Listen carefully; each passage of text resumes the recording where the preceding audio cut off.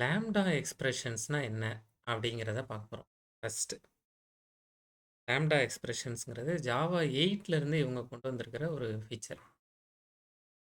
Lambda expression பற்றி பேசும்போது இவங்க என்ன பேசுகிறாங்கன்னா அனானிமஸ் கிளாஸஸ் அப்படிங்கிற ஒரு விஷயத்த பேசுகிறாங்க. அது என்னங்கிறத நம்ம பின்னாடி பேசிக்கலாம். அனானிமஸ் கிளாஸ்னால் என்ன அப்படிங்கிறதெல்லாம் நம்ம பின்னாடி பேசிக்கலாம். லாம்ப்டா எக்ஸ்பிரஷன்னா என்னன்னு படிப்போம் முதல்ல. லாம்ப்டா எக்ஸ்பிரஷன் அப்படிங்கிறது லிஸ்ப் அப்படின்னு ஒரு ப்ரோக்ராமிங் லாங்குவேஜ்லேருந்து எல்லா லாங்குவேஜஸும் இந்த ஐடியாவை எடுத்துட்டாங்க. எந்தெந்த லாங்குவேஜ்லாம் இப்போ லாம்ப்டா எக்ஸ்பிரஷன் வச்சுருக்காங்கன்னா ஜாவாவில் இருக்குது, சியில் இருக்குது, C++ல் இருக்குது, C# இருக்குது, பைத்தானில் இருக்குது, ரூபியில் இருக்குது. இந்த மாதிரி நிறைய லாங்குவேஜஸில் இந்த ஐடியா லாம்ப்டா எக்ஸ்பிரஷன் அப்படிங்கிற ஐடியா வந்துடுச்சு. இப்போ லாம்ப்டா எக்ஸ்பிரஷன் ஏன் கொண்டு வந்தாங்க? அப்படி இப்போ லாம்ப்டா எக்ஸ்பிரஷன் என்னன்னே நமக்கு தெரியாது. லாம்ப்டா எக்ஸ்பிரஷனுங்கிற ஒன்றதுக்கு ஏன் போனாங்க அப்படின்னா ஆப்ஜெக்ட் ஓரியன்ட் ப்ரோக்ராமிங் இருக்குது. ஆப்ஜெக்ட் ஓரியன்ட் ப்ரோக்ராமிங் சில டைமில் ரொம்ப சலிப்பாக இருக்குது. சின்ன ப்ரோக்ராம் எழுதணும், ஒரு 2 நம்பர் வாங்கணும், அந்த 2 நம்பர் 5+10 ஆட் பண்ணணும் அப்படின்னா நான் உட்காந்து ஒரு கிளாஸ் இப்போ என்னென்ன பிரச்சனை இருக்குன்னா ஒரு கிளாஸ் எழுத வேண்டியிருக்கு, ஒரு மெயின் மெத்தட் கட்டாயம் எழுதணும், இவ்வளோ பெரிய மெயின் மெத்தட் எழுதணும், அதில் கேபிட்டல் ஸ்மால் எல்லாம் ரொம்ப கவனமாக பார்க்கணும். இவ்வளவும் எழுதி system.out.println அப்படின்னு எழுதி 5+10 கொடுக்கணும். இது ரொம்ப போரிங்காக இருக்குது. நீங்கள் கட்டாயமாக ஒரு கிளாஸ் வச்சுருக்கணும், அதுக்குள்ளே மெயின் மெத்தட் வச்சுருக்கணும், அதுக்குள்ளே நீங்கள் ஒரு ஆப்ஜெக்ட் வச்சு இல்லை ஆப்ஜெக்ட் இல்லாமல் ஸ்டாட்டிக் மெத்தடாக ஒரு ஃபங்க்ஷனை கால் பண்ணணும். அந்த ஃபங்க்ஷன் ஆல்ரெடி டிஃபைன்டாக இருக்கணும், இல்லை நீங்கள் டிஃபைன் பண்ணியிருக்கணும் அப்படிங்கிறது. அது போக இதில் பப்ளிக்னா என்ன, கிளாஸ்னா என்ன, ஸ்டாட்டிக்னா என்ன, இப்படிலாம் உட்காந்து படிக்க வேண்டியிருக்கு. இவ்வளோத்தையும் படிக்கிறது ப்ராக்டிக்கலி டயர்டாயிரும் இவ்வளோத்தையும் படிக்கும்போது. அப்போது இது வந்து ஆப்ஜெக்ட் ஓரியன்ட் ப்ரோக்ராமிங் மேலே இருக்கிற ஒரு கிரிட்டிக்ஸ். இப்படி இருக்கே அப்படின்னா ஆமாம் அப்படி தான் இருக்கு. ஆனால் அந்த ஸ்ட்ரக்சரை முதல்ல கொண்டு வந்துட்டாங்க, இப்போ அப்படி தான் இருக்குது. இருக்கிறதுல தான் கோடிங்லாம் பண்ணிகிட்டு இருக்காங்க. இதை ஓவர் கம் ஆப்ஜெக்ட் ஓரியன்ட் ப்ரோக்ராமிங்க்கு நல்ல ஆல்டர்னேட்டிவ் எதுவும் கிடையாதா? அதுதான் ரொம்ப ஹிட் ஆயிடுச்சு. அப்போ அதுக்கு ஒரு நல்ல ஆல்டர்னேட்டிவ் வேணுமே அப்படிங்கிற இடத்துல தான் ஃபங்க்ஷனல் ப்ரோக்ராமிங் அப்படிங்கிற ஐடியாவுக்கு போகிறாங்க. ஆப்ஜெக்ட் ஓரியன்ட் ப்ரோக்ராமிங்கில் எது பிரைமரி? ஆப்ஜெக்ட் தான் பிரைமரி. ப்ரொசீஜர் ஓரியன்ட் ப்ரோக்ராமிங்கில் எது பிரைமரி? ப்ரொசீஜர் தான் பிரைமரி. ஃபங்க்ஷனல் ப்ரோக்ராமிங்கில் ஃபங்க்ஷன் தான் பிரைமரி. கரெக்டா? ஃபங்க்ஷன்ஸ் அதுதான் பேஸ். அப்போ நம்ம டைரெக்டாகவே ஃபங்க்ஷன்ஸாகவே எழுதலாம். அந்த ஃபங்க்ஷனை எப்போ வேணுமோ அப்போ நீங்கள் கால் பண்ணிக்கோ அப்படிங்கிற ஐடியாவுக்கு போகிறாங்க. அப்போ அந்த ஃபங்க்ஷனல் ப்ரோக்ராமிங்கிற ஒன்று ஜாவாக்குள்ளே கொண்டு வரணும், இல்லை C++க்குள்ளே, C# பைத்தானுக்குள்ளே கொண்டு வரணும். அதை எப்படி கொண்டு வர்றது? அதை கொண்டு வர்ற ஐடியா தான் லாம்ப்டா. அதாவது ஃபங்க்ஷனல் ப்ரோக்ராமிங் ஏன் போகிறாங்க? ரொம்ப பெருசாக ப்ரோக்ராம் எழுதுறீங்க ஆப்ஜெக்ட் ஓரியன்ட் ப்ரோக்ராமிங்கில், ஓரியன்ட் ப்ரோக்ராமிங்கில் ரொம்ப பெருசாக எழுதுறீங்க. கட் ஷார்ட் பண்ணி என்ன வேணுமோ அதை மட்டும் ஒரு ஃபங்க்ஷனாக எழுதிக்கோங்க அப்படிங்கிற ஐடியாவுக்கு போகிறாங்க. இதுதான் பிரைமரியான ஏரியா. ஏன் லாம்ப்டாவுக்கு போகிறோம் அப்படிங்கிறது. அது தவிர இவங்க அனானிமஸ் கிளாஸஸ்லாம் பேசிகிட்டு இருக்காங்க. அதெல்லாம் நம்ம வேணும்னா அந்தந்த கேசஸ் வேணும் பார்த்துக்கலாம் என்ன பேசுகிறாங்க லாம்ப்டா எக்ஸ்பிரஷன் அப்படிங்கிறது. இவங்களே அதுக்கான கதையெல்லாம் சொல்லியிருப்பாங்க. Suppose that you are creating A social network, நீங்கள் ஒரு ட்விட்டர் மாதிரி இன்ஸ்டாகிராம் மாதிரி ஒன்று பண்ணணும்னு நீங்கள் தான் அதுக்கு அட்மினாக இருக்கீங்க. You want to create a feature that enables and administrator to perform any kind of action. Administrator எல்லாருக்கும் மெசேஜ் அனுப்பணும். இப்போ டெலகிராமில் இருந்தெல்லாம் அப்பப்போ நமக்கு மெசேஜ்லாம் வருது, அது மாதிரி மெசேஜ் அனுப்பணும் அப்படின்னா என்ன பண்ணணும் அப்படிங்கிறதெல்லாம் பேசி கொஞ்சம் பார்த்துட்டு இங்கே வந்து திரும்ப வந்து பார்த்துக்கலாம். பேஸ் ஐடியா சின்னதாக கோடு எழுதணும், ரொம்ப வளவளன்னு கோடு எழுதக்கூடாது அப்படிங்கிறது தான். இதுதான் ஃபங்க்ஷனல் ப்ரோக்ராமிங்கோட பேஸ் ஐடியா. அதை தான் இவங்க எப்படி அச்சீவ் பண்ணாங்கன்னா அனானிமஸ் கிளாஸ் அப்படிங்கிற ஐடியா, அனானிமஸ் ஃபங்க்ஷன்ஸ் அப்படிங்கிற ஐடியா மூலமாக பண்ணாங்க. ஃபங்க்ஷனுங்கிறது மெத்தட் தான், அது நமக்கு தெரியும்.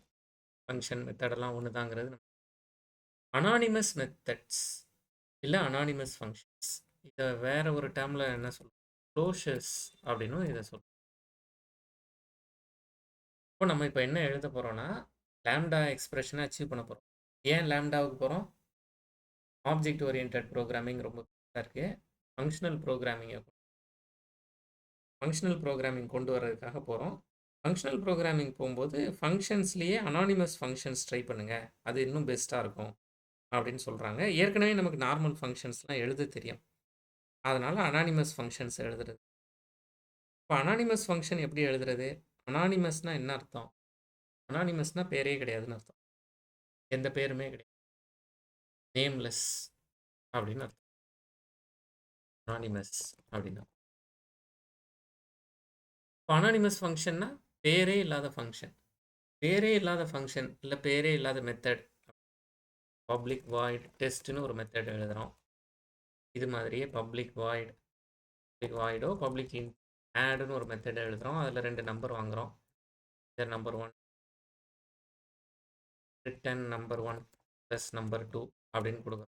இதெல்லாம் நமக்கு ஏற்கனவே தெரியும். இதில் வேணும்னா ஸ்டாட்டிக் சேர்த்துக்கலாம், இதெல்லாம் நமக்கு தெரியும். இதெல்லாம் நார்மல் மெத்தட்ஸ் இல்லை நார்மல் ஃபங்க்ஷன்ஸ். கரெக்டா? இதை அனானிமஸாக எழுத போகிறோம், பேரே இல்லாமல் எழுத போகிறோம். பேரே இல்லாமல் ஃபங்க்ஷன் எப்படி எழுதுறது? பேரே இல்லாமல் எழுதுறதுல தான் சின்ன சின்ன ஸ்டெப்ஸ் எல்லாம் நோட் பண்ணி வச்சுக்குவோம். பேரே இல்லாமல் எழுதுறதுல ஃபஸ்ட்டு அவங்க வந்து என்ன பாயிண்ட் சொல்கிறாங்கன்னா, ஏதாவது ஆக்சஸ் மாடிஃபையர்ஸ் இருக்கா பாருங்கள் அந்த ஃபங்க்ஷனில். அப்படி இருந்துச்சுன்னா அதை ரிமூவ் பண்ணி. அப்போ இந்த ஃபங்க்ஷன் எப்படி ஆயிரும்னா,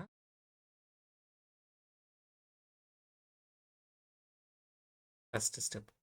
ரெண்டாவது ஸ்டெப், ஏதாவது ரிட்டன் டேட்டா டைப் இருக்கா அவ்வளவு பாருங்கள்.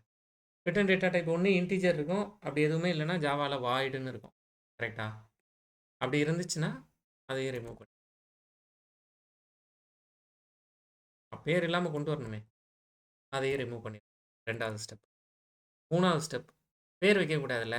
இப்போ மெத்தடுக்கு ஏதாவது நேம், உங்களோட ஃபங்க்ஷனுக்கு ஏதாவது நேம் இருக்கா? அப்படி இருந்துச்சுன்னா இதில் இன்ட்டையும் ரிமூவ். அப்படி இருந்துச்சுன்னா அதையும் ரிமூவ் பண்ணி.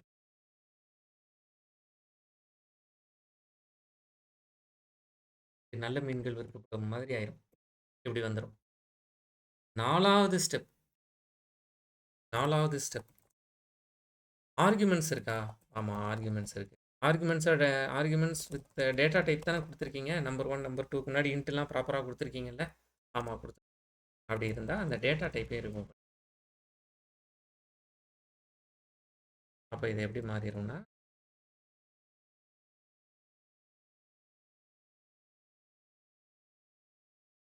என்ன கற்றுக்கிட்டு இருக்கோம்? லேம்டா எக்ஸ்பிரஷன் எப்படி எழுதுறது அப்படின்னு படிச்சுட்டு இருக்கோம்.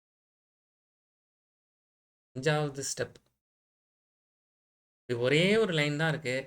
அப்படி ஒரே ஒரு சிங்கிள் லைன் தான் உங்களோட டெஃபினிஷன் இருக்குது. மல்டி லைன்ஸ் இருந்தால் பிரச்சனை இல்லை. சிங்கிள் லைன் டெஃபினிஷன் தான் வச்சுருக்கீங்கன்னா எதுக்கு இந்த ஓப்பன் ஸ்பேஸ் க்ளோஸ் ஸ்பேஸ் எல்லாம்? அதெல்லாம் ரிமூவ் பண்ணி.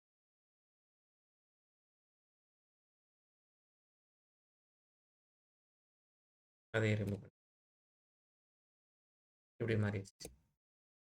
6வது ஸ்டெப், சிங்கிள் லைன் கொடுத்து அந்த சிங்கிள் லைனில் ரிட்டன் அப்படிங்கிற கீவேர்டு இருக்கா? அது எதுக்குங்க ரிட்டன் கீவேர்டு? அதையும் ரிமூவ் பண்ணி. அதுவும் போயிடும். சிங்கிள் லைன் இருந்தால், மல்டி லைன்ஸ் இருந்தால் ரிட்டன் இருக்கலாம்.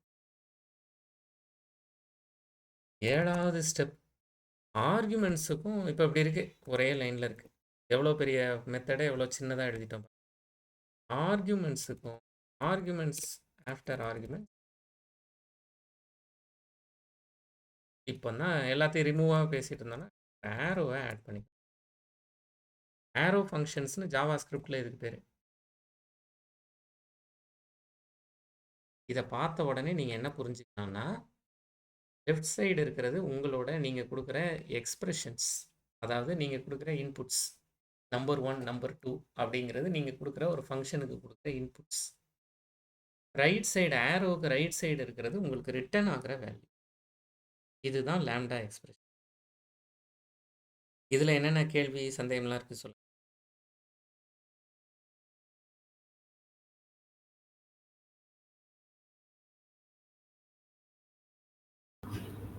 புரியுது சார். எதுவுமே சந்தேகம் இல்லைன்னா எனக்கு ஒன்று ரெண்டு சந்தேகம் இருக்குது இதில். என்னென்ன சந்தேகம்லாம் சொல்கிறேன். இதில் இருக்கிற டவுட்ஸ். நம்பர் 1, நீங்கள் கொடுத்துருக்கிறதுல 2 ஆர்குமெண்ட் வச்சு கொடுத்துருக்கீங்க. அப்போ ஆர்குமெண்ட் இல்லாமல் இந்த லாம்டா எக்ஸ்பிரஷனை எழுத முடியும். Without arguments. இப்போ ஆர்குமெண்ட்ஸ்னால் நம்பர் 1 நம்பர் 2 தான் ஆர்குமெண்ட்ஸ். அது இல்லாமல் எழுத முடியுமா? எழுத முடியும். நார்மல் பிராக்கெட்ஸ் உள்ள எதுவுமே கொடுக்கல, அவ்வளோதான். ரெண்டாவது டவுட், நம்ம எங்கே எழுதியிருக்கிற ஃபங்க்ஷன் இல்லை மெத்தடில் ரிட்டன் ஆகுது வேல்யூ. நிறைய டைமில் வேல்யூ ரிட்டனே ஆகாமல் நம்ம ஃபங்க்ஷன்ஸ் மெத்தட்ஸ் எழுதியிருக்கோம். வாய்டு மெத்தட்ஸ் நிறைய எழுதியிருக்கோம்.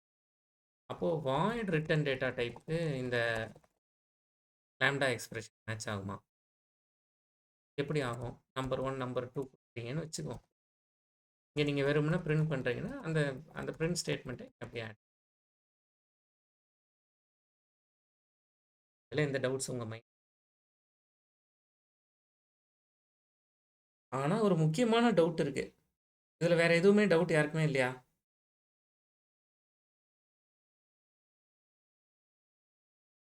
இதில் ஒரு முக்கியமான டவுட் இருக்கு. எங்க எழுதணும்? எங்கே எழுதணும்? எப்படி கால் பண்ணுறது? வழக்கமாக மெயின் மெத்தட் நேம்லெஸ். ஆமாம், வழக்கமாக நீங்கள் மெத்தட் நேமை கூப்பிட்டு தானே கால் பண்ணுவீங்க. மெத்தட் காலிங் ஸ்டேட்மெண்ட்டுங்கிறது என்ன? மெத்தட் காலிங் ஸ்டேட்மெண்ட்டுங்கிறது ஒரு ஆப்ஜெக்ட் வச்சுக்குவீங்க, இல்லைனா ஒரு கிளாஸ் நேம் கொடுப்பீங்க. கிளாஸ் நேம் கொடுத்து ஆடுன்னு கொடுத்து அந்த நம்பர் 1 நம்பர் 2 பாஸ் பண்ணுவீங்க. இல்லை ஒரு ஆப்ஜெக்ட் ரெஃபரன்ஸ் நேம் வைப்பீங்க, அதை வச்சுட்டு ஆடுன்னு கொடுத்து நம்பர் 1 நம்பர் 2 அது ஸ்டாட்டிக்காக நான் ஸ்டாட்டிக்காங்கிறத வச்சு ஆடுங்கிறத கால் பண்ணுவீங்க. இப்போ இந்த ஃபங்க்ஷன் எப்படி கால் பண்ணுறது? காலே பண்ண முடியாது. ஏன்னா மெத்தடுக்கு பேரே இல்லையே மெத்தடுக்கு. அடுத்த கேள்வி இதில் என்ன வந்துருக்குன்னா, how to call lambda expressions அப்படின்னு வந்துருக்கு. கரெக்டா? அதை தான் டிஸ்கஸ் பண்ணணும். அந்த டிஸ்கஷன் நம்மளை எங்கே கூட்டிகிட்டு போகணும் அப்படின்னா, இந்த டிஸ்கஷன் ஃபங்க்ஷனல் இன்டர்ஃபேஸ் அப்படிங்கிற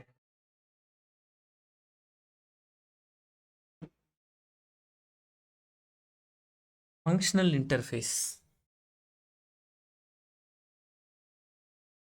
அப்படிங்கிற இடத்துக்கு நம்மளை கூட்டிகிட்டு போகும். இப்போ இன்டர்ஃபேஸ் படிச்சிருக்கோம் ஏற்கனவே.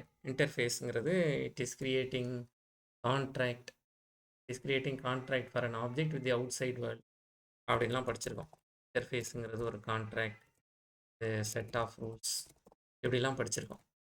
கரெக்டா? இப்போ நம்ம படிக்க போகிறது லாம்டா ஃபங்க்ஷனல் இன்டர்ஃபேஸ் அப்படிங்க. அவங்களே ஃபங்க்ஷனல் இன்டர்ஃபேஸஸ் அப்படின்னு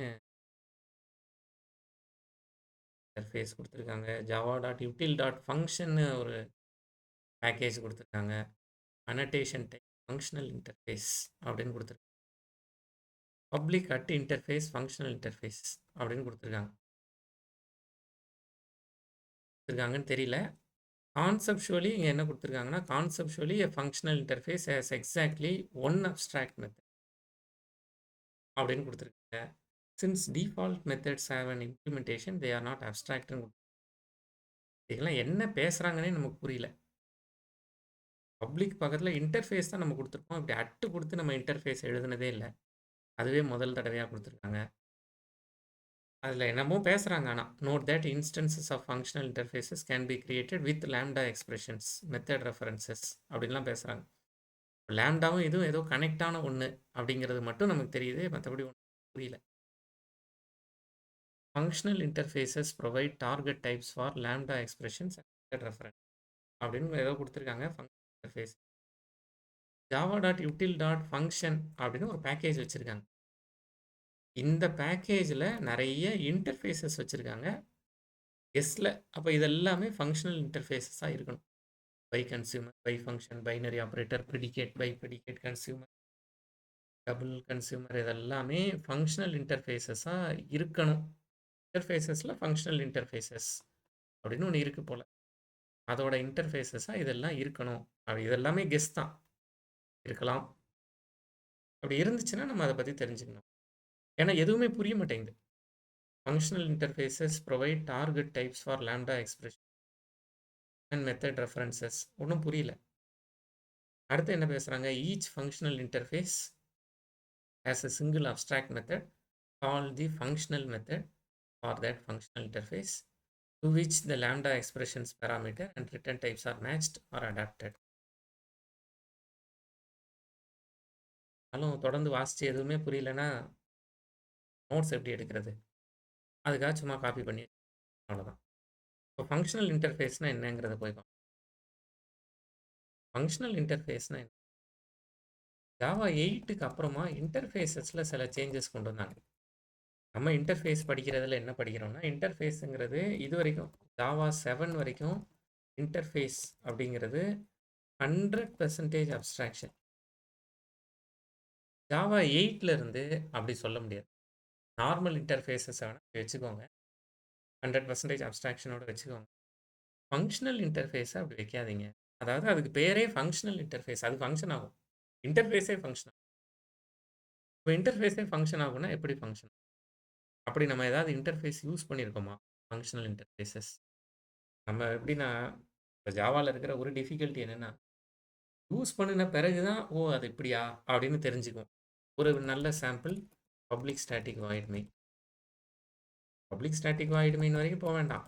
கிளாஸ் நேமே முதல் தடவை கிளாஸை டைப் பண்ணும்போது கிளாஸ்னா என்னன்னே தெரியாமல் தான் கிளாஸை கிரியேட் பண்ணிட்டு அதுக்கப்புறமா கிளாஸ்னா என்னன்னு நம்ம படிச்சுக்குவோம். ஸ்ட்ரக்சரே அப்படி தான் இருக்கும்.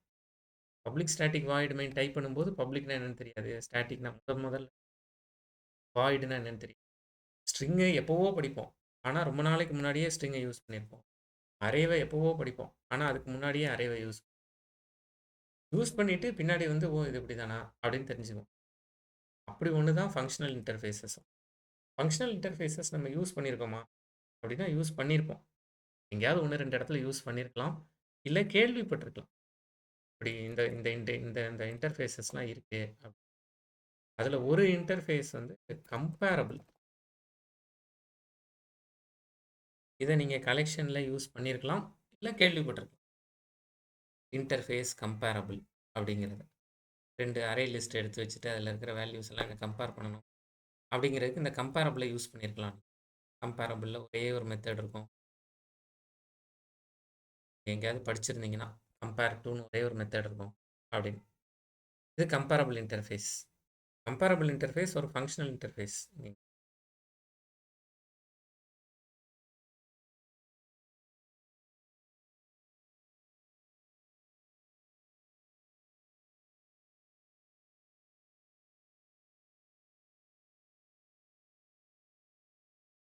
கம்பேரபிள் ஒரு ஃபங்க்ஷனல் இன்டர்ஃபேஸ்.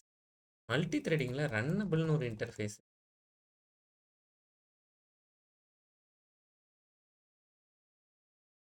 இது ஒரு this is a functional interface. இந்த கொடுத்துருக்காங்களா? This is a functional interface and therefore assignment target for a lambda expression at functional interface அப்படின்னு கொடுத்துருக்கு. அப்போ நம்ம ஏற்கனவே 1-2 இன்டர்ஃபேஸஸ் யூஸ் பண்ணியிருக்கோம். எதெல்லாம்?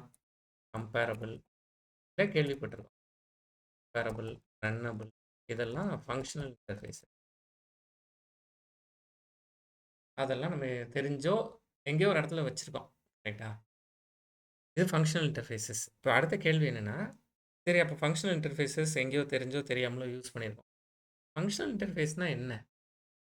அதுக்கு பேரே ஃபங்க்ஷனல் இன்டர்ஃபேஸ். நான் உங்ககிட்ட என்ன ஆரம்பித்தேன், ஒரு இன்டர்ஃபேஸுங்கிறது 100% அப்ஸ்ட்ராக்ஷன். இன்டர்ஃபேஸுக்கும் அப்ஸ்ட்ராக்ட் கிளாஸுக்குமான டிஃப்ரென்ஸ் என்ன அப்படின்னு கேட்டால் என்னென்னலாம் சொல்லுவீங்க?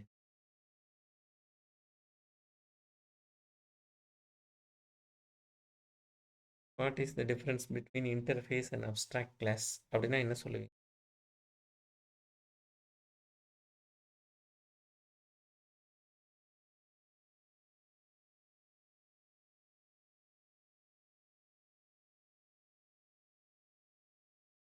அப்படிங்களா? Interface 100% abstraction, abstract class 0 to 100% abstraction. இது ஒன்று சொல்லுவீங்களா? இன்னொன்று, இன்டர்ஃபேஸில் இருக்கிற எல்லா வேரியபிள்ஸும் பை டிஃபால்ட் பப்ளிக் ஸ்டாட்டிக் ஃபைனல்னு படிச்சிருப்பீங்க. கரெக்டா? அப்ஸ்ட்ராக்ட் கிளாஸில் அப்படி கிடையாது. ஸ்டாட்டிக் வேரியபிள்ஸ் இருக்கலாம், நான் ஸ்டாட்டிக் வேரியபிள்ஸ் இருக்கலாம். இன்டர்ஃபேஸுக்கு கன்ஸ்ட்ரக்டர் கிடையாது. அப்ஸ்ட்ராக்ட் கிளாஸில் நான் ஸ்டாட்டிக் வேரியபிள் இருக்குல்ல, அதனால கன்ஸ்ட்ரக்டர் உண்டு. இதெல்லாம் இன்டர்ஃபேஸுக்கும் அப்ஸ்ட்ராக்ட் கிளாஸுக்கும் கேள்வி என்ன? இன்டர்ஃபேஸுக்கும் ஃபங்க்ஷனல் இன்டர்ஃபேஸுக்குமான ஃபங்க்ஷனல் இன்டர்ஃபேஸ் எப்படி கொண்டு வந்துட்டாங்கன்னா, அந்த இன்டர்ஃபேஸே ஃபங்க்ஷன் ஆகிற மாதிரி கொண்டு வந்து அப்படின்னா அதுலேயே மெத்தட்ஸ் இருக்கும், டிஃபைன்டு மெத்தட்ஸ் இருக்கும். எல்லாமே இன்டர்ஃபேஸில் பை டிஃபால்ட் அப்ஸ்ட்ராக்ட் மெத்தடாக இருக்கும்ல, அப்படிலாம் இல்லை. டிஃபைன்டு மெத்தட்ஸ் இருக்கும், அதுலேயே ஸ்டாட்டிக் மெத்தட்ஸ் இருக்கும், டிஃபால்ட் அப்படிங்கிற கீவேர்டோட மெத்தட்ஸ் இருக்கும். நம்ம டிஃபால்ட்டை எங்கே படிச்சிருக்கோம்? டிஃபால்ட் அப்படிங்கிறது ஆக்சஸ் மாடிஃபையரில் டிஃபால்ட்டுங்கிறது பேக்கேஜ் ப்ரைவேட் அப்படின்னு படிச்சிருப்போம். எங்கேயுமே டிஃபால்ட்டுங்கிற கீவேர்டை நம்ம யூஸ் பண்ணதே இல்லை.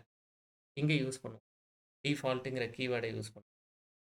ஃபங்க்ஷனல் இன்டர்ஃபேஸஸ் அப்படிங்கிறதுல அப்ஸ்ட்ராக்ட் மெத்தட் இருக்குமா? அப்ஸ்ட்ராக்ட் மெத்தட் இருக்கும். ஸ்டாட்டிக் மெத்தட்ஸ் இருக்குமா? ஸ்டாட்டிக் மெத்தட்ஸ் இருக்கும். இப்போ நான் ஸ்டாட்டிக் மெத்தட்ஸ் இருக்குமா? அதுதான் டிஃபால்ட் மெத்தட்ஸ் அப்படிங்கிற பேரில். மூணுமே ஒரு அப்ஸ்ட்ராக்ட் ஒரு ஃபங்க்ஷனல் இன்டர்ஃபேஸில் இருக்கும். இது மூணுமே. வேறு ஏதாவது நான் ஃபங்க்ஷனல் இன்டர்ஃபேஸ் பற்றி தெரிஞ்சுக்கணும்.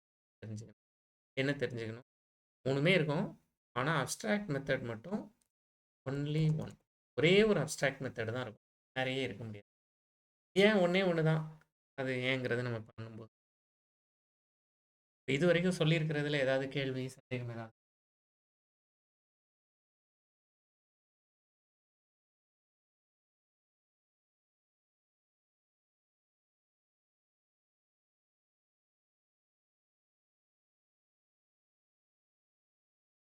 அப்போ நம்ம ஒரு ஃபங்க்ஷனல் இன்டர்ஃபேஸ் இப்போ க்ரியேட் பண்ணுவோம். எக்லிப்ஸ் ஓப்பன் பண்ணி வச்சுருக்கீங்கன்னா இருக்கேன், ஜாவா க்ரியேட் பண்ணுறேன். நியூ ஃபீச்சர்ஸ் தெரிஞ்சுக்க பார்த்தீங்கன்னா ஜாவா பேக்கேஜ் க்ரியேட்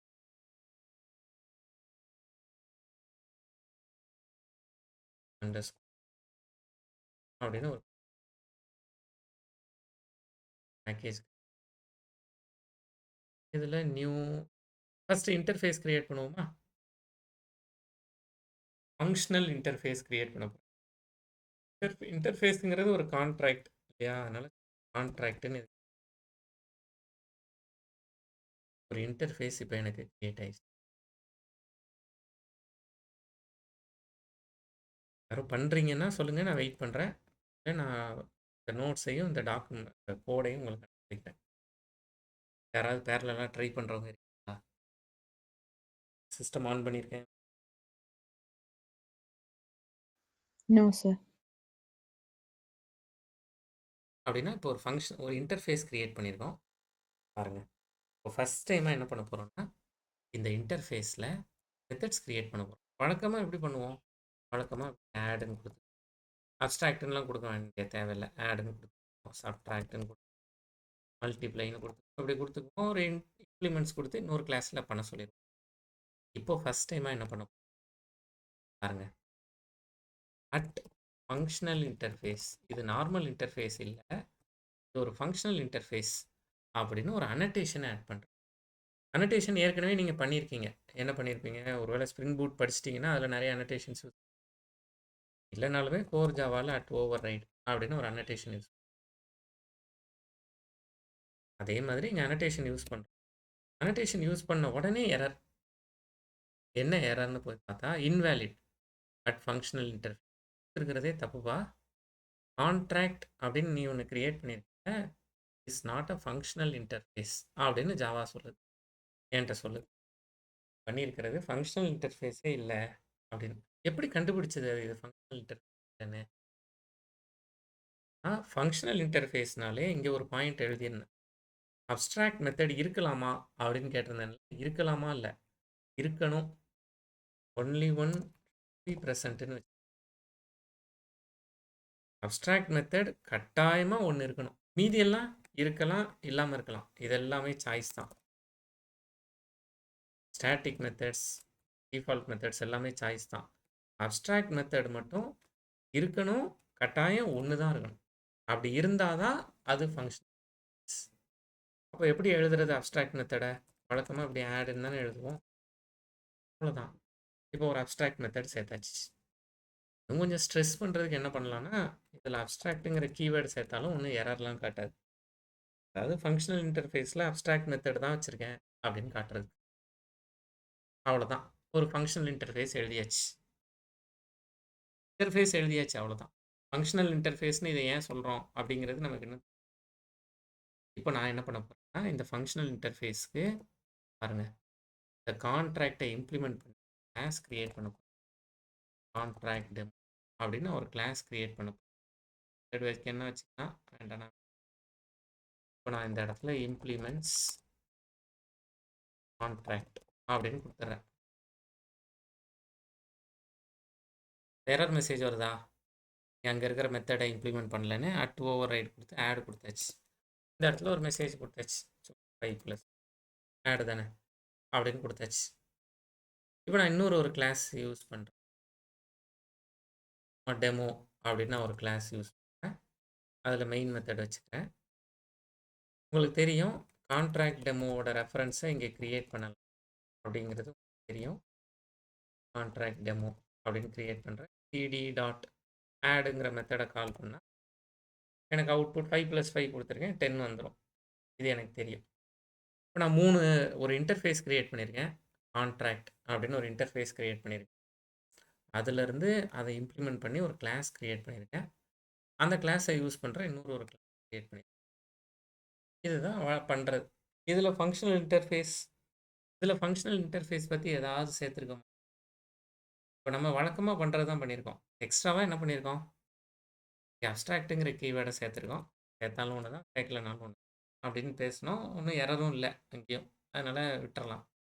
இன்னும் வேறு என்ன சேர்த்துருக்கோம்? ஃபங்க்ஷனல் இன்டர்ஃபேஸ்னு சேர்த்துருக்கோம். இப்போ இது நார்மல் தானே. இதில் ஃபங்க்ஷனல் இன்டர்ஃபேஸ் என்ன இருக்குது? நீங்கள் ஏதோ ஃபங்க்ஷனல் இன்டர்ஃபேஸ்ன்னு சொன்னீங்க, அதுக்கு முன்னாடி லாம்டா எக்ஸ்பிரஷன்னு சொன்னீங்க. லாம்டா எக்ஸ்பிரஷன் அனானிமஸ் ஃபங்க்ஷன்னு சொன்னீங்க. அனானிமஸ் ஃபங்க்ஷனை யூஸ் பண்ணுறதுக்கு தான் ஃபங்க்ஷனல் இன்டர்ஃபேஸ் வேணும் அப்படின்னு இதெல்லாம் சொல்லிட்டு தான் ஃபங்க்ஷனல் இன்டர்ஃபேஸுக்கு வந்தோம். ஆனால் எந்த டிஃப்ரென்ஸுமே இல்லையே அப்படின்னு இருந்தால் கரெக்டு தான். அப்படி யோசிக்கிறது கரெக்டு தான். அப்போ அந்த டிஃப்ரென்ஸ் தான் என்னன்னு இப்போ நான் வந்து முன்னாடியே அப்ஸ்ட்ராக்ட்டுங்கிற கீவேர்டை சேர்த்தா தப்பு இல்லை, அதனால் சேர்த்துக்கிறேன். இப்போ என்ன பண்ண போகிறேன்னா, இந்த ஃபங்க்ஷனல் இன்டர்ஃபேஸை யூஸ் பண்ண போகிறேன். அவங்க என்ன கொடுத்துருந்தாங்க? ஏதோ கொடுத்துருந்தாங்க. ஃபங்க்ஷனல் இன்டர்ஃபேஸ் அப்படிங்கிறது, this is a functional interface and can therefore be used as assignment target for a lambda n அப்படின்னு கொடுத்துருந்தாங்க. அப்படின்னா என்னன்னே தெரியாமல் தான் கிராஸ் ஆகி வந்துட்டே இருக்கும். ஏதோ ஒரு டெஃபினிஷன் வேறு எழுதி வச்சிருக்கோம். Each functional interface as a single abstract method. இது நமக்கு இப்போ புரிஞ்சிருச்சு, இந்த லைன் புரிஞ்சிருச்சு.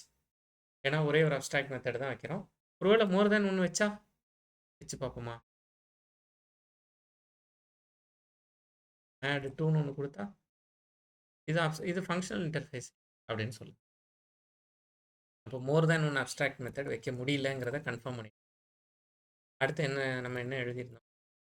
அப்போ each functional interface as a single abstract மெத்தடுங்கிற லைன் புரிஞ்சிருச்சு. அந்த அப்ஸ்ட்ராக்ட் மெத்தடுக்கு என்ன பேரா? Called the functional method for that functional interface. அந்த இன்டர்ஃபேஸோட ஃபங்க்ஷனல் மெத்தட் அதுதான் அப்படின்னு சொல்கிறாங்க. அப்போ இந்த மெத்தடுக்கு இன்னொரு பேர் என்ன? ஃபங்க்ஷனல் அப்படின்னு சொல்கிறாங்க. Functional method of your functional interface அப்படின்னு சொல்கிறாங்க. To which the lambda expressions parameters and return types are matched அப்படின்னு பேசுகிறாங்க. இதுதான் நமக்கு இன்னும் புரியல. லாம்டானா அனானிமஸ் ஃபங்க்ஷன்ஸ் அப்படின்னு புரிஞ்சு வச்சுருக்கோம். அந்த அனானிமஸ் ஃபங்க்ஷனையும் இங்கே பேரெல்லாம் இருக்குது, பேர், ரிட்டன் டேட்டா டைப் எல்லாமே இருக்குது. இந்த மெத்தடையும் அனானிமஸ் மெத்தடையும் எப்படி கனெக்ட் பண்ணுறது அப்படிங்கிறது நம்ம இன்னும் பார்க்கணும். அது பார்த்துட்டோன்னா லாம்டா எக்ஸ்பிரஷனுங்கிறது புரிஞ்சுடும். அப்போ இந்த கான்ட்ராக்டை அண்டர்ஸ்டாண்ட் பண்ணிக்கிறதுக்கு இன்னொரு ஒரு கிளாஸ் க்ரியேட் பண்ணுறேன். லாம்டா டெமோ அப்படின்னு ஒரு கிளாஸ் க்ரியேட் பண்ணுறேன். மெயின் மெத்தட் கொடுத்துறேன். நார்மல் கிளாஸ், பெரிய அது பண்ணியிருக்கோம். சாதாரண ஒரு கிளாஸ் கிரியேட் பண்ணியிருக்கோம். இந்த கிளாஸ்ல இம்ப்ளிமெண்ட்ஸ்லாம் எதுவுமே எழுதல. நல்லா பார்த்துக்கோங்க. அப்படி இம்ப்ளிமெண்ட்ஸ் அந்த மாதிரிலாம் நம்ம எதுவுமே எழுதல. அப்போ இப்போ என்ன பண்ண போறோம்? எனக்கு இப்போ இந்த கான்ட்ராக்ட்ன்னு ஒண்ணு வச்சிருக்கீங்கல்ல, அதுல இருக்கிற ஆடுங்கிற மெத்தட் வேணும். அப்படின்னா நான் என்ன பண்ணணும்? ஈஸி. கான்ட்ராக்ட்டுங்கிற இன்டர்ஃபேஸ், கான்ட்ராக்ட் டெமோங்கிற கிளாஸ் இம்ப்ளிமெண்ட் அந்த கிளாஸை எடுத்துக்கோங்க. அதான் நம்ம முன்னாடி பண்ணியிருக்கோம். இப்போ அந்த கிளாஸோட ஆப்ஜெக்ட்டை கிரியேட் பண்ணுங்க. அந்த ஆப்ஜெக்ட்டை வச்சு ஆடுங்கிற ஃபங்க்ஷன் கால் பண்ணுங்க. உங்களுக்கு ஆடுங்கிறதுக்கு அவுட்புட் வந்து இதான் நம்ம வழக்கமாக பண்ணுறது. இப்போ என்ன சொல்கிறாங்க, இப்படிலாம் சுற்றி வளைச்செல்லாம் போகலாம். ஒரு கிளாஸு கிளாஸுக்குள்ள ரொம்ப ஓவராக இருக்குது. பெரிய பெரிய டெஃபினிஷன்ஸ் வச்சுருக்கீங்கன்னா அதெல்லாம் வச்சுக்கோ, ஒன்றும் தப்பு இல்லை. இவ்வளோண்டு 5+5 கண்டுபிடிக்கிறதுக்கு இவ்வளோ கோடா, ரொம்ப ஓவராக பண்ணுறீங்க. அதை ஏதாவது ஷார்ட் பண்ணுங்க அப்படிங்கிற இடத்துல தான் நிற்கிறோம். அப்போ என்ன பண்ணிக்கலாம்? இப்போ இம்ப்ளிமெண்ட்ஸ்லாம் எதுவும் எழுதலை, எதுவுமே எழுதலை. அங்கே என்ன மெத்தட் வச்சுருக்கோம்? அப்ஸ்ட்ராக்ட் வாய்ட் டெமோ, கரெக்டா? அந்த மெத்தடை எப்படி டிஃபைன் பண்ணியிருக்காங்க? டிஃபைன் பண்ணியிருக்காங்க. இப்படி டிஃபைன் பண்ணி எடுத்து வச்சு இப்போ தான் நமக்கு லாம்டா எக்ஸ்பிரஷன் கிரியேட் பண்ண தெரியுமே. ஃபஸ்ட்டு என்ன பண்ணணும்? எல்லாத்தையும் ரிமூவ் பண்ணிடணும்.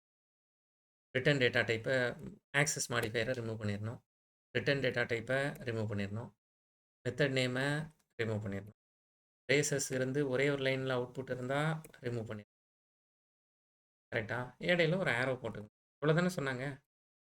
அப்போ இதுதான் நம்மளோட லாம்டா எக்ஸ்பிரஷன். எதுக்கான லாம்டா எக்ஸ்பிரஷன்? அவங்க அப்ஸ்ட்ராக்ட் வாய்ட் ஆடுன்னு ஒன்று வச்சுருக்காங்களே, அதுக்கான லாம்டா எக்ஸ்பிரஷன். அப்போ நான் இதை எப்படி எடுத்து யூஸ் பண்ணலாம்? இதை நீங்கள் ஃபங்க்ஷனல் இன்டர்ஃபேஸோட யூஸ் பண்ணலாம். யார் சொன்னாங்க? அவங்களே சொன்னாங்க. சொன்னாங்க ஃபங்க்ஷனல் இன்டர்ஃபேஸுக்கு ஆர்குமெண்ட்டாக நீங்கள் இதை யூஸ் ஃபங்க்ஷனல் மெத்தட்ஸ் அப்படிங்கிறத to which the lambda expressions parameters and return data types are matched அப்படின்னு சொன்னாங்க. அப்போ நான் இதை எப்படி யூஸ் பண்ணுறது பாருங்க. இதை நான் எப்படி யூஸ் பண்ணுறது?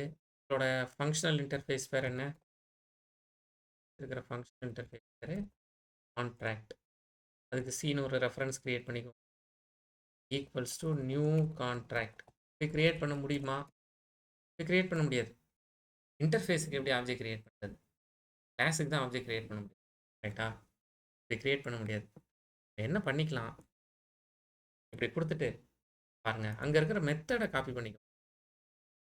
இந்த மெத்தடை காப்பி பண்ணிக்கோ. காப்பி பண்ணிவிட்டு இதை லாம்டா எக்ஸ்பிரஷனாக மாற்றுவோம்.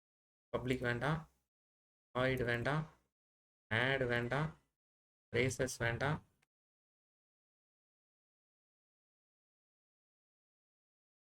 ஏரோஸ்.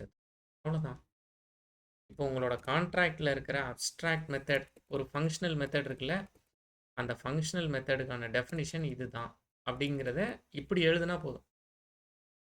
எவ்வளோ வேலை செய்ய வேண்டாம். இன்டர்ஃபேஸ் க்ரியேட் பண்ணியிருக்கோம், அது வேறு வழியில் க்ரியேட் பண்ணியிருக்கோம். இன்டர்ஃபேஸை இம்ப்ளிமெண்ட் பண்ணுற ஒரு கிளாஸ், அதில் அட் ஓவர் ரைடு அந்த மெத்தடோட டெஃபினிஷன், அதை எடுத்து இன்னொரு கிளாஸில் அவ்வளோ தேவையில்லை. டைரெக்டாக இப்படி கொடுத்துருங்க. இப்படி கொடுத்துட்டு டி டாட் ஆடுன்னு கொடுத்தா ஆட் ஆட்டோமேட்டிக்காக இதை கால் பண்ணும். நான் இதை ரன் பண்ணுறேன்னா 10ன்னு வந்துடும். நம்பர் மாற்றி கொடுத்து பார்த்தா 16 வந்து. இதுதான் லாம்டா எக்ஸ்பிரஷன். இதில் என்னென்ன சந்தேகம், கேள்விலாம் இருக்குது? செஞ்சு பார்க்குறது நல்லது. ஒருவேளை நீங்கள் இப்போ ரெடியாக இல்லைன்னா கட்டாயமாக பின்னாடி செஞ்சு கோடெல்லாம் சரி, எடுத்து சிஸ்டம் டாட் அவுட் அட் பிரிண்டர்ல தான் அந்த நம்பர் ஆட் பண்ணா டைரக்டாவே வந்துருமே. ஆமாம் நார்மலாவே. ஆமாம் கரெக்டு தான். நான் நமக்கு புரியணுங்கிறக்காக ஒரு சின்ன இவங்க என்ன கேட்குறாங்க, இவ்வளோ நேரம் நீ எதுக்கு கிளாஸ் எடுத்து டைம் வேஸ்ட் பண்ணுற? நீ டைரெக்டாகவே இப்படி கொடுத்தாலே உனக்கு 60 வந்துருமே, இந்த லேம்டாலாம் எதுக்கு டைம் வேஸ்ட் பண்ணிட்டேன்னு கேட்குறாங்க.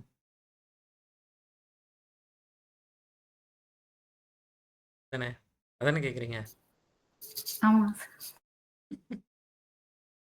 கரெக்டு தான். நமக்கு புரியணுமேங்கிறதுக்காக ஒரு சின்ன லாஜிக் எழுதி வச்சிருக்கோம். ஒருவேளை ஒரு பெரிய லாஜிக் இருக்கு. நீங்க அத எடுத்து யூஸ் நீங்க இந்த இடத்துல பெரிய லாஜிக் இருக்குன்னா, ஒரு ஓப்பனிங் பிரேஸ், குளோசிங் பிரேஸ் குடுத்து, இல்ல நெறைய பெரிய லாஜிக் எழுதிட்டு, அத நீங்க கால் பண்ணிக்கலாம். மறந்துறாம அப்படி குடுத்தீங்கன்னா, செமிகோலன் வைக்கணும். ஓகே. அப்ப அந்த கான்ட்ராக்ட் டெமோ கிளாஸ்லாம் எழுத தேவையில்லைல்ல சார்? எழுத தேவையில்ல. ஓகே. எழுத தேவையில்லங்கிறதுக்காக அத காமிச்சாங்க. அந்த அந்த கிளாஸஸ் எதுவுமே நமக்கு தேவையில்ல. ஓகே. ஜஸ்ட் இந்த இன்டர்ஃபேஸ் அண்ட் இந்த மெத்தட் இந்த லாம்டெமோ இது லாம்டா டெமோ மட்டும் போதும். இன்டர்ஃபேஸ லாம்டா கால் பண்ணி அது ரெஃபரன்ஸ் நேம் வச்சுட்டு நம்ம என்ன எழுதுறோமோ லாஜிக்கா அத குடுத்தா போதும். அத அவ்வளவுதான். குடுத்தா போதும். ரைட். லாஜிக்கு ஆரோவுக்கு ரைட் சைட்லயும், இன்புட்ஸ் ஆர்குமெண்ட்ஸ் ஆரோவுக்கு லெஃப்ட் சைட்ல இருக்கிற பிராக்கெட்ஸ்ல. ஓகே. இது மட்டும் ஞாபகம் வச்சுக்கோங்க. ஒருவேளை மல்டிபிள் லைன்ஸ் எழுதுறீங்கன்னா, செமிகோலன் வைக்கணும். இந்த பிரேஸ் முடியிற இடத்துல செமிகோலன். வழக்கமா நம்ம குடுக்க மாட்டோம். பிரேசஸ்ல செமிகோலன் குடுத்து நம்ம பண்ணதில்ல. இங்க மட்டும் செமிகோலன் வைக்கணும். Okay sir. ஒருவேளை இன்புட்ஸ் குடுத்தா இங்கேயும் இன்புட்ஸ்.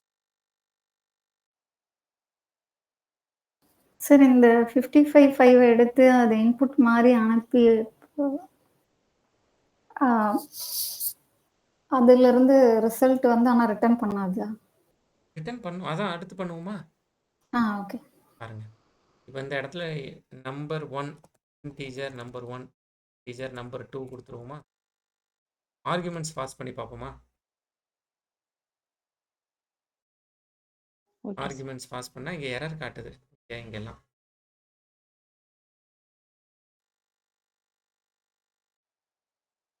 சும்மா எரர் போகணுங்கிறது. டெமோலலாம் எரர் இருக்கு.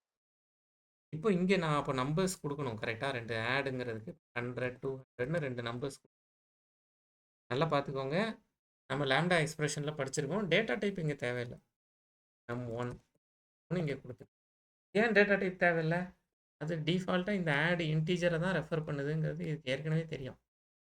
ஆட் தானே போய் இத கால் பண்ணுது.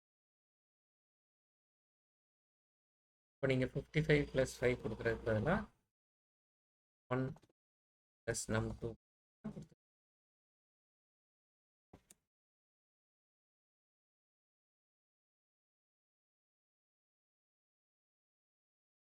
ரிட்டர்ன் பண்ணணும்னா பிரிண்ட் பண்ணல. ரிட்டர்ன் பண்ணுங்கன்னா இதுதான் ரிட்டர்ன். அவ்வளோதான்.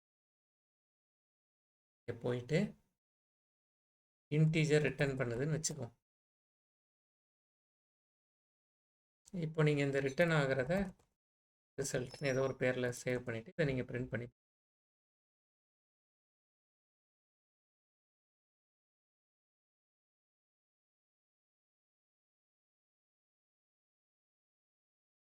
இவ்வளோதான் லாம்டா எக்ஸ்பிரஷன்.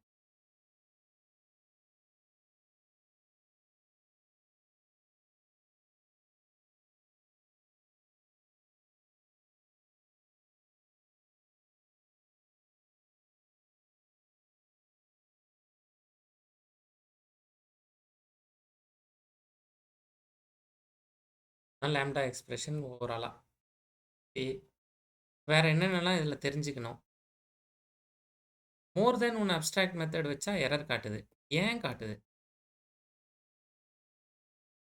ஏன் இந்த ஃபங்க்ஷனல் இன்டர்ஃபேஸில் மோர் தென் ஒன் அப்ஸ்ட்ராக்ட் மெத்தட் வைக்க முடியல? கரெக்டா? ஏன் வைக்க முடியலன்னா, இந்த லாம்டா எக்ஸ்பிரஷன் எதை பாயிண்ட் பண்ணுது? நீங்கள் ஆடுன்னு கொடுத்த உடனே ஆடுங்கிறது num1 num2. ஓகே. ஒருவேளை 2-3 அப்ஸ்ட்ராக்ட் மெத்தட் வச்சுருந்தீங்கன்னா எந்த டெஃபினிஷன் போகும்? நான் இங்கே சப்ட்ராக்ட்னு வைக்கிறேன். அப்போ சப்ட்ராக்ட் எப்படி டிஃபைன் பண்ணுறது? திரும்பவும் நான் இங்கே போய் சப்ட்ராக்ட்டுக்கு இதே மாதிரி கான்ட்ராக்ட் C2 அப்படின்னு ஒன்று கிரியேட் பண்ணி ஐடியாவை யோசி. கான்ட்ராக்ட் C2ல num1 மைனஸ் num2ன்னு கொடுக்குறேன்னு வச்சுக்கோ. இப்போ C2 டாட் சப்ட்ராக்ட்னு கூப்பிட்டா எந்த மேலே இருக்கிற இது காலாக இந்த டெஃபினேஷன் கால் ஆகணுமா இந்த டெஃபினேஷன் கால் ஆகணுமாங்கிறதுல ஒரு கன்ஃபியூஷன். அதனால தான் abstract method only one abstract method. அப்படிங்கிறத பேச கட்டாயமா ஒரே ஒரு அப்ஸ்ட்ராக்ட் மெத்தட் லாம்டா எக்ஸ்பிரஷன். இப்போ திரும்ப அவங்க கொடுக்குற டெஃபினேஷன் எல்லாம் படிச்சு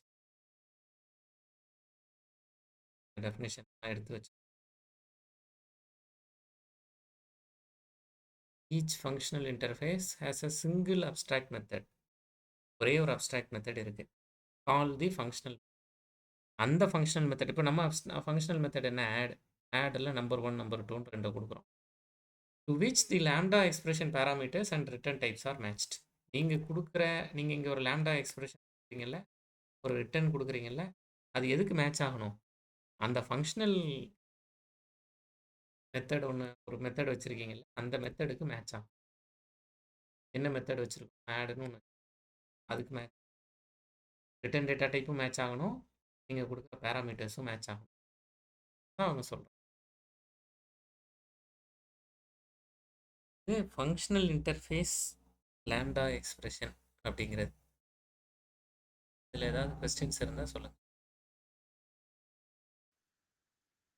ஓகே சார். அப்ப ஸ்ட்ரிங்குக்குலாம் சார்? ஸ்ட்ரிங்கா?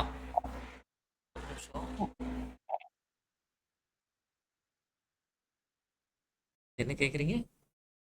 இப்ப இன்டிஜர் குடுக்குறோம்ல சார் ரிட்டர்ன் டைப். இதே ஸ்ட்ரிங் ரிட்டர்ன் டைப் குடுத்தா? ஸ்ட்ரிங் கொடுங்க. இந்த இடத்துல இன்டீஜர்னு ஸ்டோர் பண்ணிக்கணும். இப்போ num1 num2 பாருங்க, நான் இப்படி சும்மா ஹாய் அப்படின்னு கொடுத்து ப்ளஸ் கொடுத்து உங்களுக்கு தெரியும் கன்கார்டினேட் பண்ணால் ஸ்ட்ரிங்காக தான் வரும். 500 200 நீங்கள் என்ன வேணுமோ மாற்றிக்கலாம். Okay sir. இது பார்ட் 1. இதுதான் மேஜரான பார்ட். இந்த லாம்டா எக்ஸ்பிரஷன் புரிஞ்சிருச்சுன்னா அதில் நிறைய அவங்க இப்போ நம்ம போய் பார்த்தோம், நிறைய ஃபங்க்ஷனல் இன்டர்ஃபேஸஸ் கொடுத்துருக்காங்க. ரைட்டா? ஃபங்க்ஷனல் இன்டர்ஃபேஸஸ் கீழே அதில் கொடுத்துருந்தாங்க நிறைய ஃபங்க்ஷனல் இன்டர்ஃபேஸ். அந்த ஃபங்க்ஷனல் இன்டர்ஃபேஸஸ் எல்லாமே அப்போ நமக்கு யூஸ் ஆகும் அப்படிங்கிறதா இருக்கிற ஃபங்க்ஷனல் இன்டர்ஃபேஸஸை நிறைய யூஸ் பண்ணுவாங்க. இந்த லேம்டா புரிஞ்சிருச்சுன்னா நீங்கள் அந்த ஃபங்க்ஷனல் இன்டர்ஃபேஸஸ் எல்லாத்தையும் யூஸ் பண்ணலாம். அதில் ஒன்று தான் ஸ்ட்ரீம்ஸ் அப்படிங்கிற ஏபிஐ, அதில் ஒன்று தான் ப்ரிடிகேட், தான் கன்சியூமர். நிறைய யூஸ்ஃபுல்லான ஃபங்க்ஷன். அது போகிறதுக்கு முன்னாடி இதை முடிச்சிருவோம்.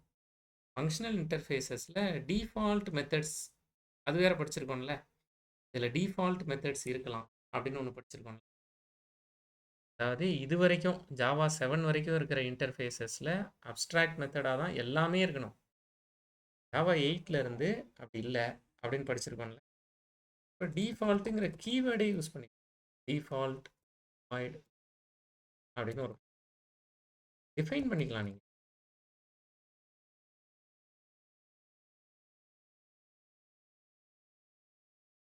அப்படின்னு இதில் கொடுத்துட்டேன்னா இன்டர்ஃபேஸ்லேயே ஒரு நான் ஸ்டாட்டிக் மெத்தடை டிஃபைன் பண்ணுறீங்க. ஸ்டாட்டிக் மெத்தட் இல்லை, நான் ஸ்டாட்டிக் மெத்தட். இன்டர்ஃபேஸுக்கு எப்படி நான் ஸ்டாட்டிக் மெத்தட் கிரியேட் பண்ணுறது? இன்டர்ஃபேஸுக்கு நான் ஸ்டாட்டிக் மெத்தடுங்கிறது, நான் ஸ்டாட்டிக்ங்கிறதே ஆப்ஜெக்டை சொல்லும். இன்டர்ஃபேஸுக்கு ஆப்ஜெக்ட் கிரியேட் பண்ண முடியுமா? முடியவே முடியாது. அப்புறம் இதை எப்படி யூஸ் பண்ணுறது? இன்டர்ஃபேஸுக்கு யூஸ் பண்ண முடியாது. இன்டர்ஃபேஸை இம்ப்ளிமெண்ட் பண்ணி நீங்கள் ஏதாவது ஒரு கிளாஸ் வச்சு அங்கே யூஸ் பண்ண ஆட் அன்இம்ப்ளிமெண்ட் மெத்தட்ஸ் கொடுத்து ஸ்ட்ரிங் வச்சுருக்கோம், நல்லெல்லாம் இதெல்லாம் கொடுத்து. இப்போ நம்ம இந்த டிஸ்பிளே இருக்கா, கான்ட்ராக்ட் டெமோவை எடுத்து ஒரு மெயின் மெத்தட் வச்சுக்கோ. இந்த கான்ட்ராக்ட் டெமோ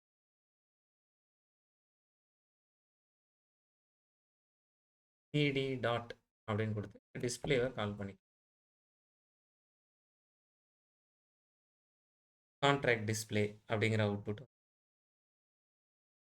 இதில் என்ன கேள்வி கேட்கலாம்?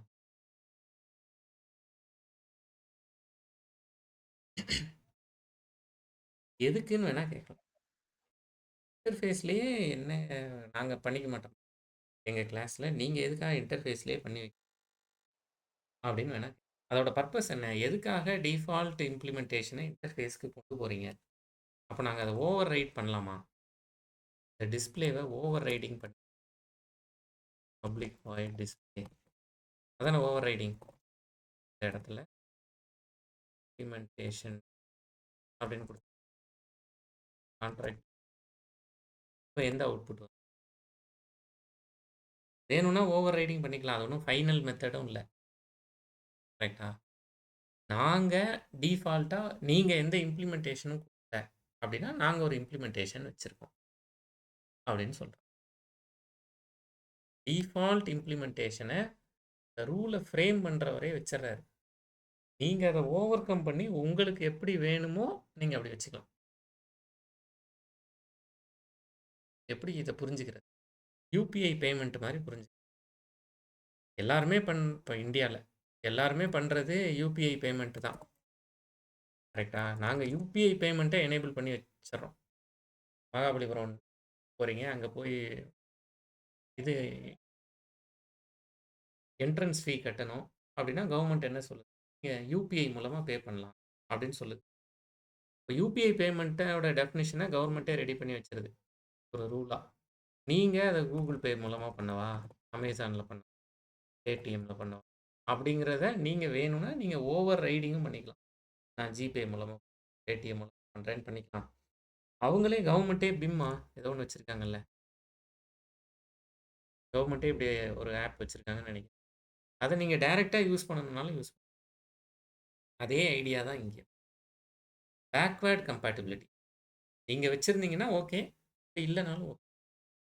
இந்த மாதிரியான டிஃபால்ட் மெத்தட்ஸுக்கு டிஃபெண்டர் மெத்தட்ஸ் டிஃபெண்ட் பண்ணுறது டிஃபெண்டர் மெத்தட்ஸ்னு பேர். விர்ச்சுவல் எக்ஸ்டென்ஷன் மெத்தட்ஸ்னும் இதுக்கு பேர். இதோட அதர் நேம்ஸ். இப்போ டிஃபால்ட் எதுக்காக அப்படின்னா பேக்வேர்ட் கம்பேட்டபிலிட்டி அப்படிங்கிறத கொண்டு வழக்கமாக நீங்கள் ஃபார்வேர்ட் கம்பேட்டபிலிட்டி தான் எடுத்துகிட்டு போகிறீங்க. வழக்கமாக ஒரு இன்டர்ஃபேஸை வச்சுக்குவாங்க. அந்த இன்டர்ஃபேஸை எடுத்து ஃபார்வேர்ட் அதை இம்ப்ளிமெண்ட் பண்ணுறவர் அவருக்கு வேணுங்கிற மாதிரி டிஃபைன் பண்ணி ஃபார்வேர்ட் கம்பேட்டபிலிட்டியில் எடுத்துகிட்டு போவார். இப்போ பேக்வேர்ட் கம்பேட்டபிலிட்டியில் போகிறதுல என்ன லாபம்? நான் உங்ககிட்ட சொன்ன ஆல்ரெடி இதே மகாபலிபுரத்தில் இருக்கோ இல்லை கவர்மெண்ட்டோட ஏதோ ஒன்று ஒரு பார்க்குக்கோ ரயில்வே ஸ்டேஷனுக்கோ பஸ்லேயோ ஆல்ரெடி நம்ம போயிட்டு தான் இருக்கோம். ஆல்ரெடி அதிலெல்லாம் டிக்கெட் புக் பண்ணுறதுக்கு ஆன்லைன் பேமெண்ட், ஆல்ரெடி நீங்கள் கிரெடிட் கார்டு வச்சு பண்ணுறது, ஆல்ரெடி டெபிட் கார்டு வச்சு பண்ணுறது, இது எல்லாமே இருக்குது. இப்போ கவர்மெண்ட் என்ன பண்ணுதுன்னா இது எதையுமே அஃபெக்ட் பண்ணாமல் இது எதையுமே நாங்கள் அஃபெக்ட் பண்ணல, எதையுமே பண்ணாமல் எக்ஸ்ட்ராவாக ஒன்று யூபிஐ பேமெண்ட்டு நாங்கள் ஆட் பண்ணோம். அப்போ நாங்கள் இருக்கிற எல்லா கன்சியூமர்ஸையும் இல்லை எல்லா சிட்டிசன்ஸையும் கூப்பிட்டு யூபிஐ பேமெண்ட்டுக்கு நீங்கள் டிஃபைன் பண்ணுங்கள் அவங்கள ஃபோர்ஸ் பண்ணணும்னு நாங்கள் விரும்புகிறோம். நாங்களே யூபிஐ பேமெண்ட்டை எங்கள் சைட்லேருந்தே டிஃபைன் பண்ணி வச்சிடறோம். வேணும்னா யூஸ் பண்ணிக்கோங்க, வேண்டான்னாலும் உங்களோட எக்ஸிஸ்டிங் எதுவுமே அஃபெக்ட் ஆகாது. அதுதான் இந்த டிஃபால்ட் இம்ப்ளிமெண்டேஷன் கொண்டு வரதோட purpose.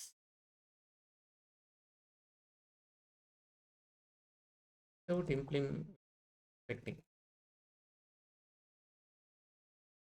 affecting existing function, adding new function, adding new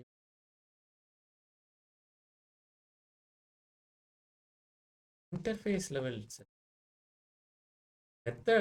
ஒவ்வொரு கிளாஸ்க்குள்ளே கேட்கல, இன்டர்ஃபேஸ் லெவல்லையே நாங்கள் பண்ணிடுறோம்.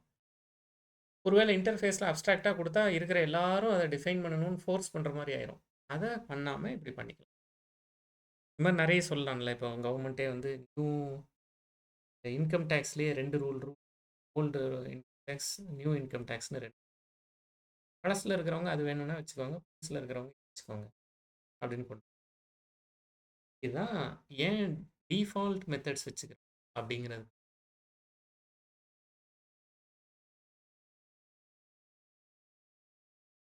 எனக்கு இதில் வேற இதில் ஏதாவது உங்களுக்கு ஏதாவது சந்தேகம் இருக்கா? சந்தேகம் இல்லைன்னா நான் ஒரு சினாரியோ சொல்கிறேன், இமேஜின் பண்ணி பாருங்க. நான் என்ன பண்ணுறேன்,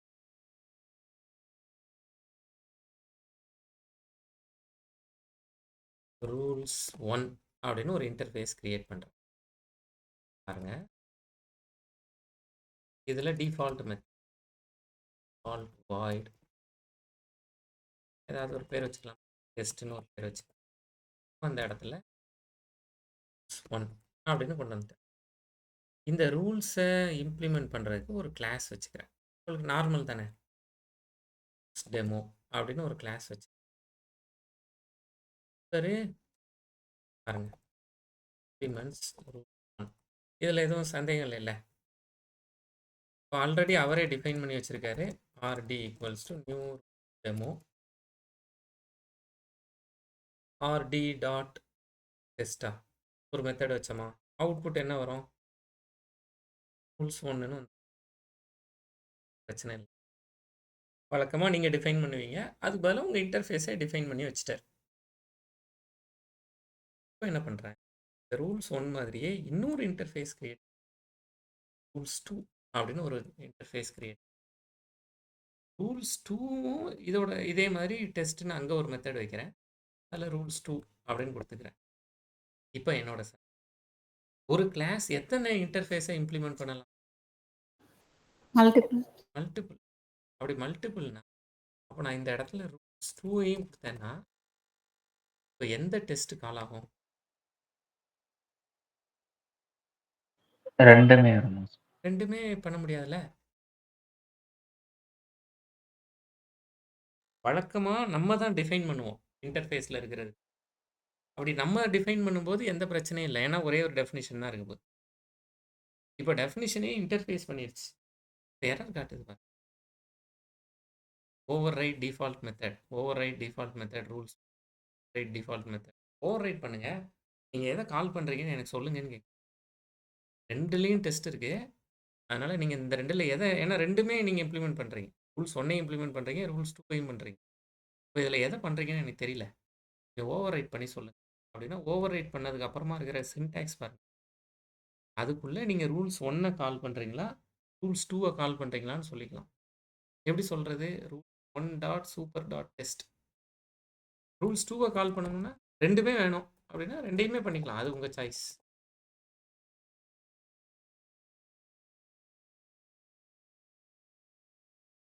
இதில் ஏதாவது சந்தேகம், இப்போ ரெண்டோட அவுட்புட்டும்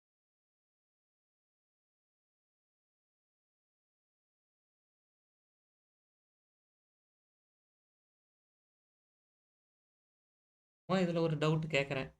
அப்போ இது மெயின் மெத்தட்லேயே கொடுத்துட வேண்டியதானே, எதுக்காக ஓவர் ரைட் பண்ணணும், கெஸ் என்ன, ஏன் இதை மெயின் மெத்தடில் கொடுக்கல.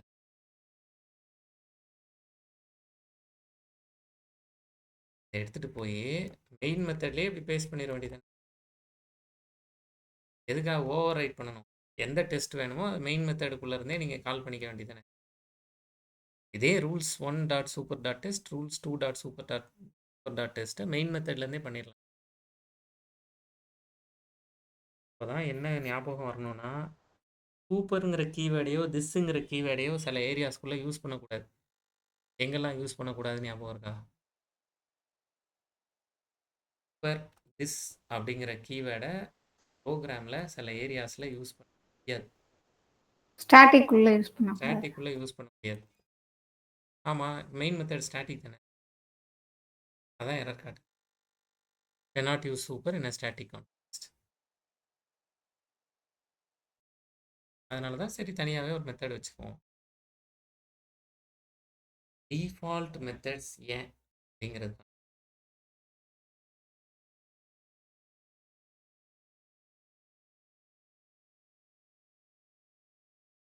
மிச்சம் இருக்கிறது ஸ்டாட்டிக் மெத்தட். ஸ்டாட்டிக் மெத்தட் ஒன்றும் டிஃபிகல்ட்டி இல்லை.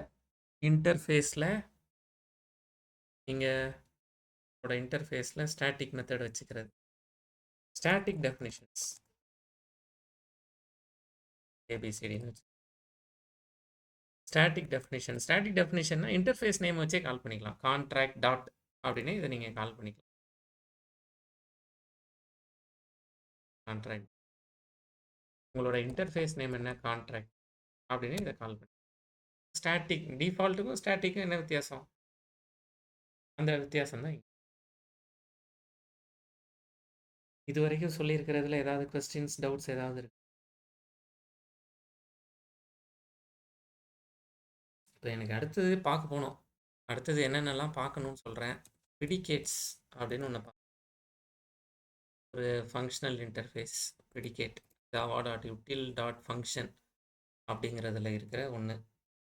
இதே மாதிரி ஃபங்க்ஷன் அப்படின்னு ஒரு ஃபங்க்ஷனல் இன்டர்ஃபேஸ் இருக்குது. ப்ரிடிகேட் இருக்குது, நம்ம பார்த்தோம், நிறைய இருக்குங்கிறத பார்த்தோம். இது பார்க்கணும். அதுக்கப்புறமா கன்சியூமர் அப்படின்னு ஒரு ஃபங்க்ஷனல் இன்டர்ஃபேஸ் ஆர்இச் ஆர்இச் அது என்னங்கிறத நம்ம பார்க்கணும்.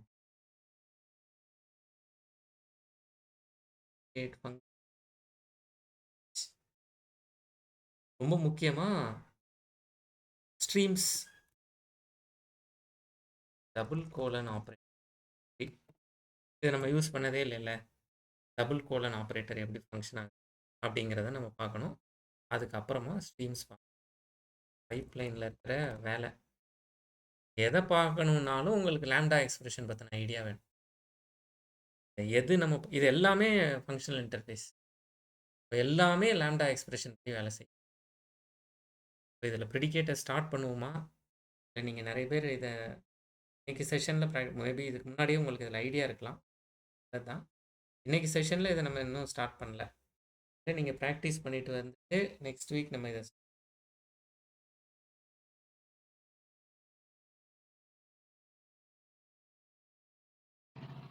ப்ராக்டிஸ் செஞ்சுட்டு அடுத்து கண்டினியூ பண்ணிக்கலாம்.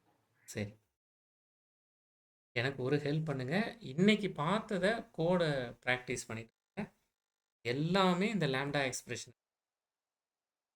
எக்ஸ்பிரஷன் மட்டும்தான். நீங்கள் இந்த டிஃபால்ட் மெத்தட், ஸ்டாட்டிக் மெத்தட்ஸ்லாம் சொன்னாங்க, அதெல்லாம் நம்ம தெரிஞ்சுக்கிறதுக்கு தான். பார்ட் 1 ஒன்று பார்த்தோம். 10 மணி வரைக்கும் இந்த செஷன் பார்த்தீங்கன்னா 9:30லேருந்து 10 மணி வரைக்கும் ஒன்று டிஸ்கஸ் பண்ணி 10-10:05 வரைக்கும் ஒன்று ஃபஸ்ட்டு ஆஃப் அன் ஹவர். அதை நீங்கள் ப்ராக்டிஸ் பண்ணாலே போதும். பார்ட் 2 இப்போ பார்த்துட்டு இருக்கோம்ல, இதெல்லாம் சும்மா இன்டர்வியூவில் இப்படி கேட்டால் என்ன சொல்லுவீங்க, போயிட்டு 2 இன்டர்ஃபேஸ் இருந்தால் என்ன பண்ணுவீங்க, கஷ்டப்பட்டுருக்கூடாது அப்படிங்கிறதுக்காக சொன்னதான். அப்படி இது ப்ராக்டிஸ் பண்ணலனா கூட பரவாயில்ல, ஃபஸ்ட்டு ஆஃப் அன் ஹவரை நல்ல ப்ராக்டிஸ் கூட முடிஞ்சு அடுத்தது நெக்ஸ்ட் வீக் இதில் எல்லாத்தையுமே நெக்ஸ்ட் வீக் பார்த்து முடிக்க முடியுமா தெரியல. ஒன்றோ ரெண்டோ நெக்ஸ்ட் வீக் பார்ப்போம். அடுத்தது வாரத்தில், அதுக்கடுத்த வாரத்தில் சண்டேவும் கிளாஸுக்கு வந்ததுக்கு முதல்ல ஆயிஷாலாம் அவங்க தான் ஃபஸ்ட்டு எப்போவுமே ஜாயின் பண்ணுறாங்க. அன்டைமாக இருந்தோம். Thank you sir. Next week next year பார்க்கலாம். ஓகே.